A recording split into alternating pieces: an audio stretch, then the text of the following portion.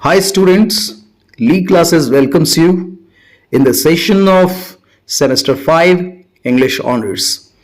Today we are going to discuss Core Course 11 Unit 1 and the topic for this is Women's Writing, in which we will discuss meaning and history of feminism.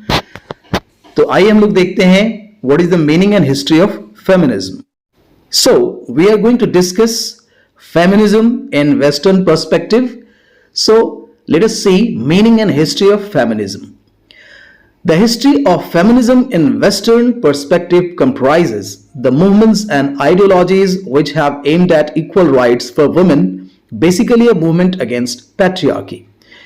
Feminism का जो इतिहास है western perspective में, मुख्यतः इसमें आंदोलन है और आइडियोलॉजीज हैं, आदर्शवाद है, आदर्श हैं which have aimed at equal rights, जिसमें लक्ष्य रखा गया है समानता के अधिकार का स्त्रियों के लिए. बेसिकली यह एक मूवमेंट थी जिसमें पैट्रियार्की मुख्य लक्ष्य था, यानी पितृसत्तात्मक समाज के खिलाफ था ये. The feminism is the belief in social, economic and political equality of the sexes. Feminism जो है वह एक विश्वास है, एक सोच है सामाजिक, आर्थिक और राजनीतिक समानता का, जो सभी लिंग के लिए एक जैसा हो, चाहे वो स्त्री हो या पुरुष हो. The roots of feminism was traced in ancient Greek with Sappho or the medieval world with Hildegard of Bingen और क्रिस्टीन डी पेसन. इसका इतिहास अगर हम देखते हैं तो एंशियंट ग्रीक में इसको ट्रेस किया गया सैपो के साथ, मेडिएवल वर्ल्ड में हिल्डेगार्ड ऑफ बिंगेन के साथ या क्रिस्टीन डी पेसन के साथ. Certainly Olympe de Gouges, Mary wollstonecraft and Jane Austen were the foremothers of the modern women's movement. Modern women movements के लिए ये तीन लोग जाने जाते हैं: Olympe de Gouges, Mary wollstonecraft and Jane Austen. All of these people advocated for the dignity, intelligence and basic human potential of the female sex. इन लोगों ने एडवोकेट किया, इन लोगों ने समर्थन किया, वकालत की डिग्निटी के लिए, सम्मान के लिए, इंटेलिजेंस के लिए, बेसिक ह्यूमन पोटेंशियल, आधारभूत मानवीय क्षमताएं जो कि स्त्रियों के अंदर भी होती है, इसके लिए उन्होंने आंदोलन किए और इसका समर्थन किया. Right? Now let us see formal beginning and causes. इसकी फॉर्मल शुरुआत कब हुई, इसके कारण क्या थे?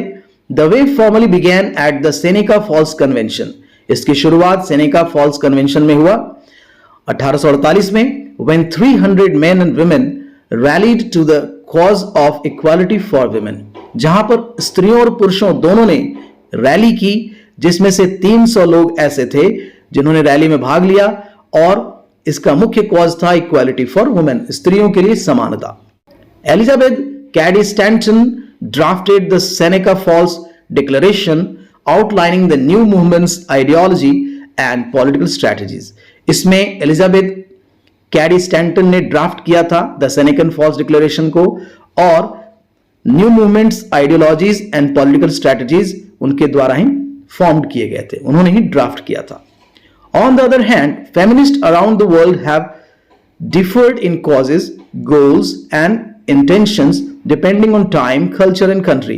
लेकिन फेमिनिज्म का जो अन्य क्षेत्रों में देखा जाए, अन्य देशों में देखा जाए, तो इसका जो लक्ष्य है वो अलग अलग है, इसके कारण अलग अलग हैं. जैसे इनका इंटेंशन डिपेंड करता है समय के अनुसार, संस्कृति के अनुसार और देश के अनुसार भी. So, according to most Western feminist historians, all movements that work to obtain women's right should be considered feminist movements. तो Western feminist historians के अनुसार वैसे जो भी आंदोलन है जो स्त्रियों के अधिकार के लिए होंगे, उन्हें feminist movement कहा जाएगा, ऐसा historians का मानना है. Right? Now we will see the condition of women in Western history. क्यों जरूरत पड़ी, इस मूवमेंट की जरूरत क्यों पड़ी? Even in western history women were confined to the domestic spheres. यहां तक कि वेस्टर्न हिस्ट्री में भी देखा जाए तो पाएंगे कि स्त्रियां जो थी वो उनका लिमिटेशन था, डोमेस्टिक स्फेयर तक ही था, वो घरेलू काम ही कर सकती थी। While public life was reserve for main, वहां भी पुरुष प्रधान था और पुरुष के लिए सब कुछ रिजर्व था, public life. In medieval Europe women were denied the right to own property, यहां तक कि मध्य यूरोप में भी स्त्रियों को प्रॉपर्टी रखने का कोई अधिकार नहीं था, स्टडी का अधिकार नहीं था, पार्टिसिपेट नहीं कर सकती थी public life. At the end of the 19th century in France, they were still compelled to cover their heads in public, and in parts of Germany, a husband still had the right to sell his wife. सोचिए कैसी स्थिति थी 19वीं शताब्दी में France और Germany में, कि फ्रांस में स्त्रियों को जबरदस्ती उनको सर ढकने के लिए कहा जाता था, और जर्मनी में तो हस्बैंड का अधिकार था कि वो अपनी पत्नी को भी बेच सकता था। सोचिए कितनी जरूरत थी इसकी। So even as late as the early 20th century, women could neither vote nor hold elective office in Europe and in most of United States. यहां तक कि 20वीं शताब्दी में भी स्त्रियों को वोट देने का अधिकार नहीं था, न ही वो इलेक्टिव ऑफिस होल्ड कर सकती थी। और यूरोप और अमेरिका की बात ऐसी है, सो यूरोप एंड अमेरिका में भी ऐसी स्थिति देखी जा रही थी। So women were prevented from conducting business without a male representative, be it father, brother, husband, legal agent or even son. इसके लिए उन्हें जरूरत पड़ती थी, चाहे वो पिता हो या भाई हो, हस्बैंड हो या लीगल एजेंट हो, यहां तक कि कोई बेटा हो, वही उनका मेल रिप्रेजेंटेटिव होता था, तभी वो बिजनेस कर सकती थी। ऐसी स्थिति थी, right? Now we will see the waves of feminism. इसकी लहर जो है कैसे कैसे आई, right? When we talk about modern Western feminist history, it is conventionally divided into 3 time periods, or you can say 4. तो हम लोग चौथा, अभी मॉडर्न टाइम है इसलिए चौथा अभी देखा जा सकता है, लेकिन बेसिकली इसे डिवाइड किया गया है 3 टाइम पीरियड्स में और वेव्स में। So each of the period had slightly different aims based on prior progress. पिछले प्रोग्रेस के अनुसार इसको बांटा गया है। तो कैसे कैसे यह फेमिनिज्म आगे बढ़ा है, उसमें क्या क्या परिवर्तन आए, क्या क्या विकास हुआ, कौन कौन से मुद्दे रखे गए। सो फर्स्ट वेव जो है the 19th and early 20th century focused on overturning legal inequalities, ये असमानता पर, यानी लीगल इनइक्वालिटीज जो थी उस पर जोर था, इस पर जिसमें समानता लानी थी। Particularly addressing issues of women's suffrage, यहां तक कि स्त्रियों को जो मताधिकार नहीं था, वोट देने का अधिकार नहीं था, उसका मुख्य इश्यू रखा गया। सेकेंड वेव जो 1960s एंड 1980s का है, broaden debate to include cultural inequalities, इस दौरान सांस्कृतिक असमानताओं को लक्ष्य करके रखा गया, जेंडर नॉर्म्स को रखे गए, and the role of women in society, और स्त्रियों का समाज में क्या रोल है, इस पर तर्क किया गया, इस पर आंदोलन चलाया गया, right? The third wave 1990s to 2000s refers to diverse strain of feminist activity, विभिन्न प्रकार के जितने भी एक्टिविटीज हो सकते थे फेमिनिज्म के, वो देखे गए।